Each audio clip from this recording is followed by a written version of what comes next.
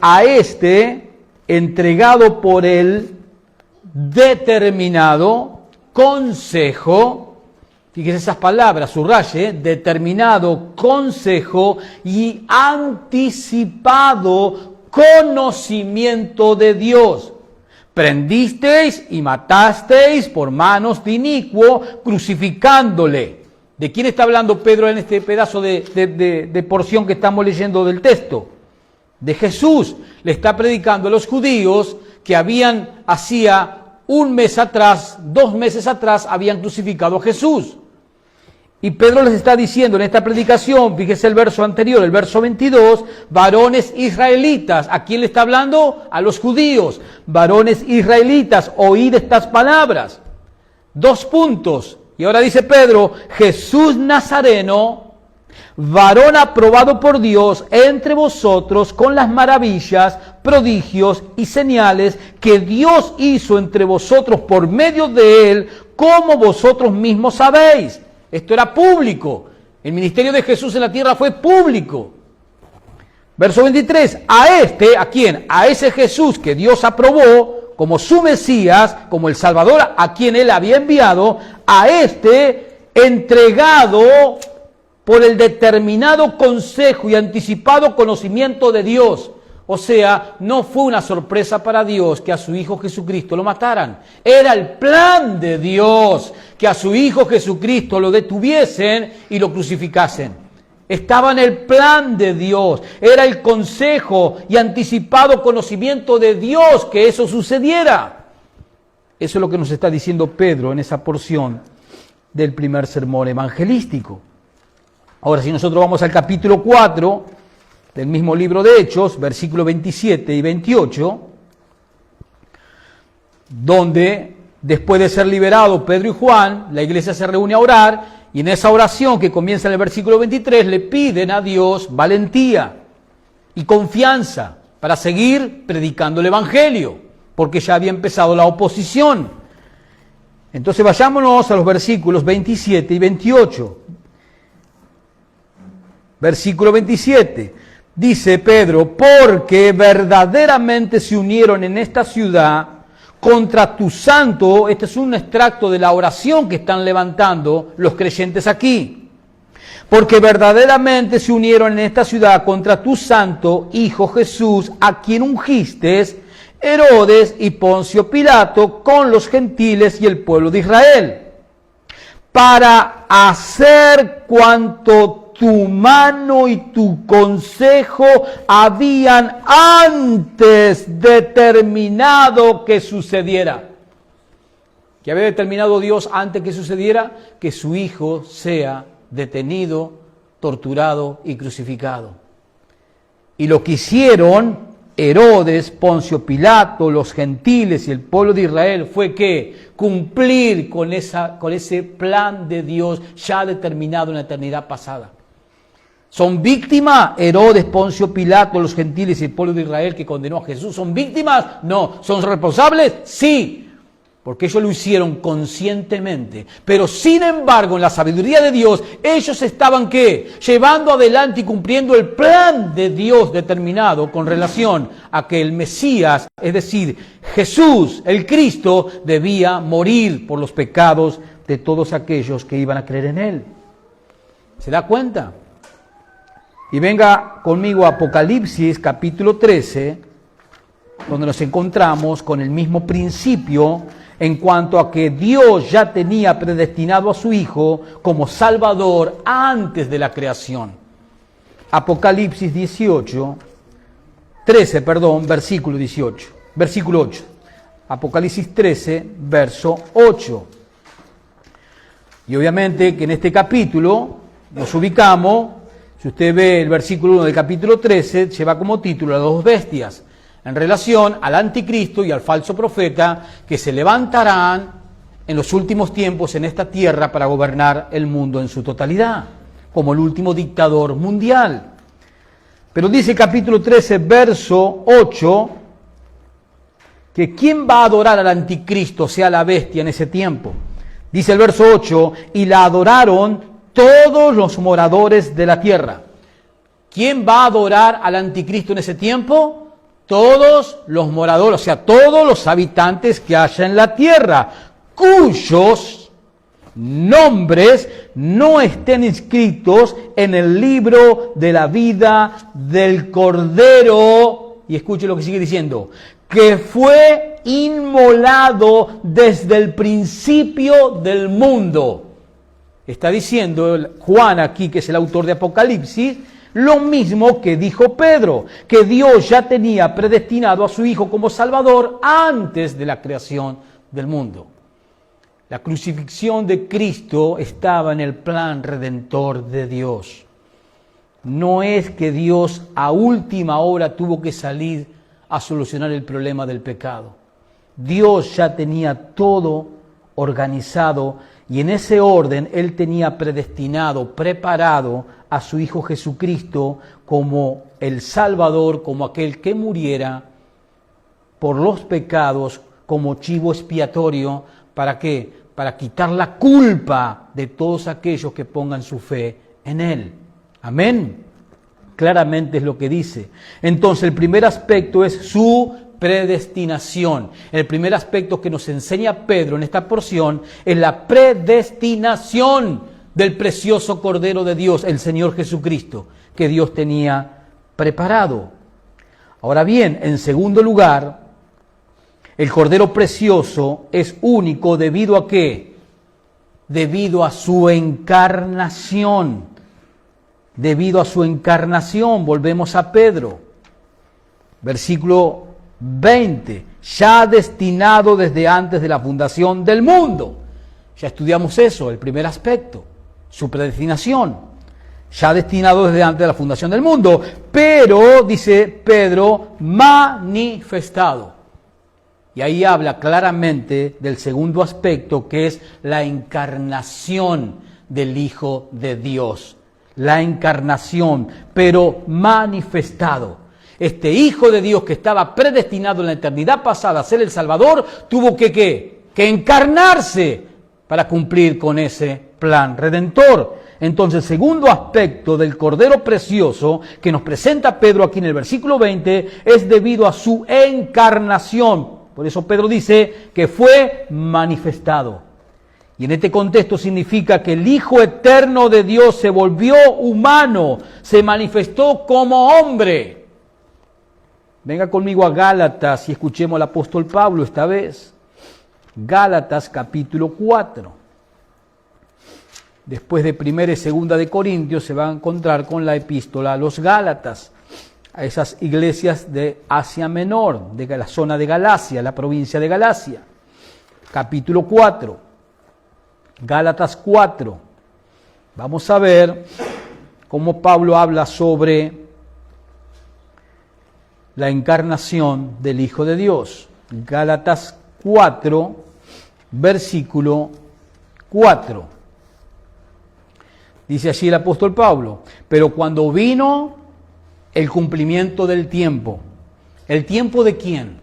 Vamos a hacerle esa pregunta a este versículo que Pablo escribió inspirado por el Espíritu Santo. ¿El tiempo de quién? ¿De los hombres? No, el tiempo de Dios, el tiempo del plan redentor de Dios. Entonces dice Pablo, pero cuando vino el cumplimiento del tiempo, ¿el tiempo de qué? El punto en el tiempo en el cual Dios tenía que hacer una obra. ¿Y qué obra? Dios envió a su Hijo. Lea de nuevo, pero cuando vino el cumplimiento del tiempo, un tiempo específico se refiere ese, un tiempo puntual en el cronograma del plan de Dios para rescatar al ser humano. Cuando vino ese tiempo específico que se refiere en este texto ¿a qué? A la venida, a la entrada, a la humanidad ¿de quién? De Dios, en la persona de su Hijo. Pero cuando vino el cumplimiento del tiempo, Dios envió a su Hijo. ¿Y cómo lo envió? ¿En una nave espacial? ¿En un plato volador vino? No. ¿Qué nos dice Pablo? Dios envió a su Hijo nacido de mujer. ¿Usted cómo nació? De la misma manera, sí. ¿De qué está hablando Pablo? De la encarnación del Hijo de Dios. El Hijo de Dios nació como todo ser humano nació, porque el Hijo de Dios cuando nació era un ser humano 100%. Nacido de mujer bajo la ley, porque en ese tiempo que nació Jesús, Israel todavía estaba sujeto a la ley mosaica. Eso quiere decir nacido bajo la ley. Y acá nos dice el propósito, verso 5, ¿por qué vino Jesús? ¿Por qué vino Jesús ya destinado desde antes de la fundación del mundo en el plan redentor de Dios? Verso 5, para que redimiese a los que estaban bajo la ley, a fin de que recibiéramos la adopción de hijos. ¿Para qué vino el Hijo de Dios? Para rescatarte. Y no solo rescatarte, una vez que te rescató, te incluyó, te adoptó a la familia de Dios. Por eso tú hoy levantas tus oraciones diciendo, Padre, gracias a la redención que el Hijo de Dios llevó adelante. Entonces vemos que el segundo aspecto que Pedro nos enseña en esta porción del Cordero Precioso es debido a ¿qué? A la encarnación del Hijo de Dios, que Pedro dice en el versículo 20 que fue manifestado, ya destinado desde antes de la fundación del mundo, pero manifestado, manifestado. Y en este contexto significa que el Hijo Eterno de Dios se volvió humano, como Pablo nos dice aquí en Gálatas. Y Pablo, hablando del apóstol Pablo, resumió de una manera magnífica la encarnación del Hijo de Dios y de su propósito. ¿Dónde lo hace? En Filipenses 2.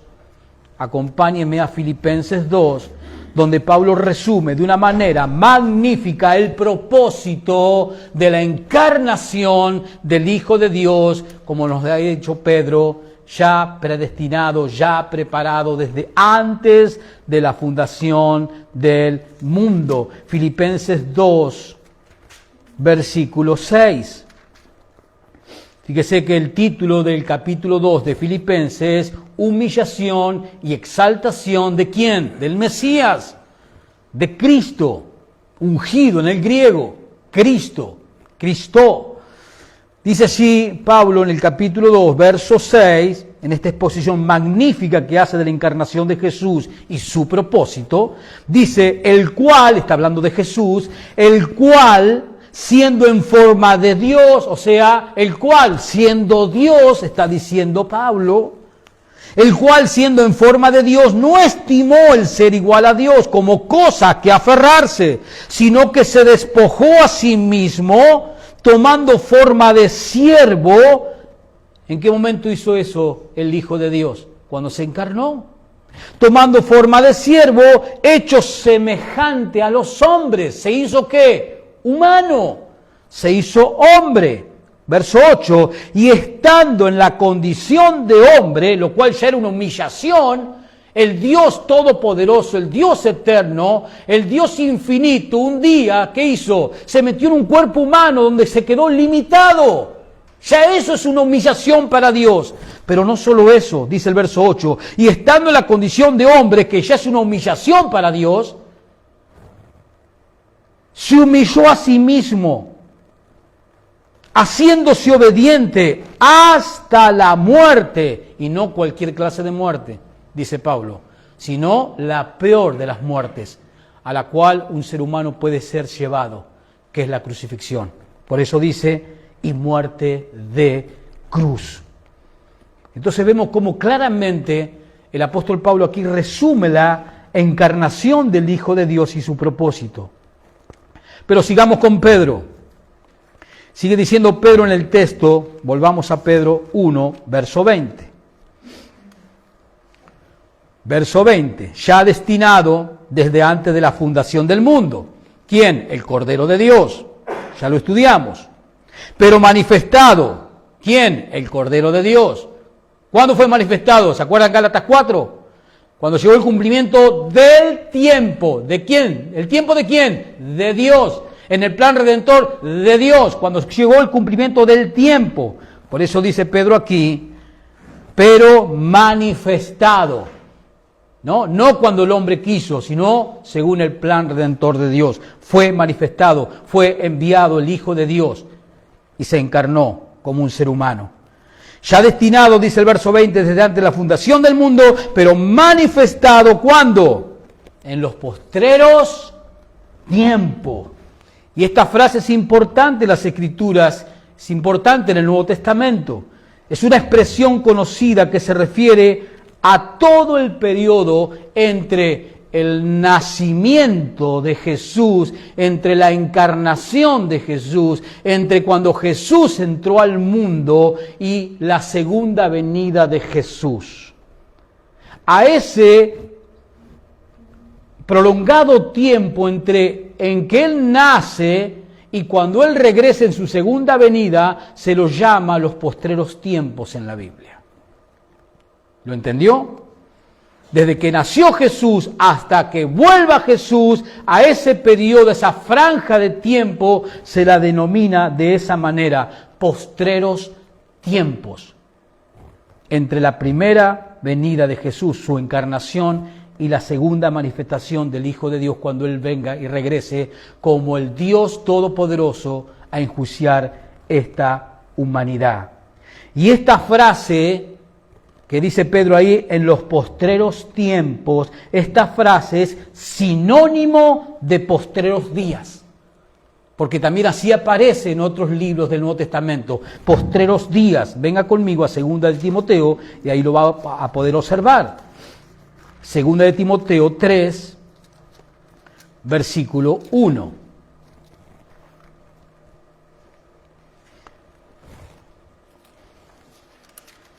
Segunda de Timoteo 3, versículo 1. Aquí Pablo le está escribiendo a Timoteo acerca del carácter que van a tener los seres humanos en los postreros días. Pero cuando nosotros estudiamos este capítulo 3, está hablando del carácter que van a tener los que están dentro de la iglesia. Que eso es lo sorprendente. Pero nosotros vayámonos al versículo 1. Dice Pablo así, también, Timoteo, escúchame, también debes saber esto. 2 puntos. ¿Tiene 2 puntos ahí su Biblia? ¿Por qué están los 2 puntos? ¿Por qué? Porque nos habla de que lo que sigue es importante. Eso significan los 2 puntos. Te llevan a eso. Alto. Mira que lo que sigue es importante. Ese es el significado de los 2 puntos en la gramática. También debes saber esto, 2 puntos, para las orejas, presta atención, que en los postreros días, que Pedro los llama los postreros tiempos, en el versículo que estamos estudiando. Postreros tiempos es sinónimo a postreros días. ¿Cuáles son los postreros tiempos? De los cuales Pablo aquí habla, postreros días, desde que nació Jesús hasta que regrese Jesús. ¿Sí? Esos son llamados en el Nuevo Testamento postreros tiempos por Pedro y postreros días por el apóstol Pablo aquí en 2 de Timoteo 3:1. Vendrán tiempos peligrosos para completar la oración. ¿Se acuerdan cómo comienza Pablo aquí diciéndole a Timoteo? Timoteo, también debes saber esto. 2 puntos, atendé, presta atención. Mira que en los últimos tiempos vendrán tiempos peligrosos. Nosotros actualmente, ¿dónde nos encontramos? ¿Y cómo son los tiempos? Peligrosos. Usted como cristiano, como estudioso de las Escrituras, ¿puede ver el peligro de estos tiempos? ¿Lo puede ver? Sí. Están en todas partes. Están en las enseñanzas herejes dentro de las iglesias falsas, pero también están en la vida secular los postreros tiempos. Están las enseñanzas corrompidas en los colegios primarios, secundarios, terciarios. Está en la sociedad, está en el incrédulo que vive los postreros tiempos. Podemos ver claramente el deterioro de la sociedad en su moralidad, constante, continua, día a día. Pero sigamos con lo nuestro. Hebreos capítulo 1, también así el autor de Hebreos nos va a hablar, ahí cerquita, después de Timoteo, sigue Tito, Filemón, y se va a encontrar con la epístola a los Hebreos. capítulo 1, verso 2. Para que sigamos viendo que los postreros tiempos, como habla Pedro, son sinónimos de postreros días. Es lo mismo, el mismo periodo de tiempo. Dice Hebreos 1, versículo 2, pero vamos a leer el 1 para tener el contexto. Dios, habiendo hablado muchas veces y de muchas maneras en otro tiempo a los padres por los profetas, esto se refiere a los judíos, en estos postreros días nos ha hablado por el Hijo. ¿Ve? En estos postreros días, como dijo Pablo. Es lo mismo que dice Pedro en los postreros tiempos. ¿Cuáles son esos tiempos? Desde que nació Jesús hasta cuando Jesús regrese. Ahí se van a terminar los postreros tiempos o los postreros días, como dijo Pablo o el autor de Hebreos. Pero también aparece en el Nuevo Testamento a otra frase que dice los últimos tiempos, que es sinónimo de postreros días y sinónimo de postreros tiempos. Está hablando del mismo periodo de tiempo.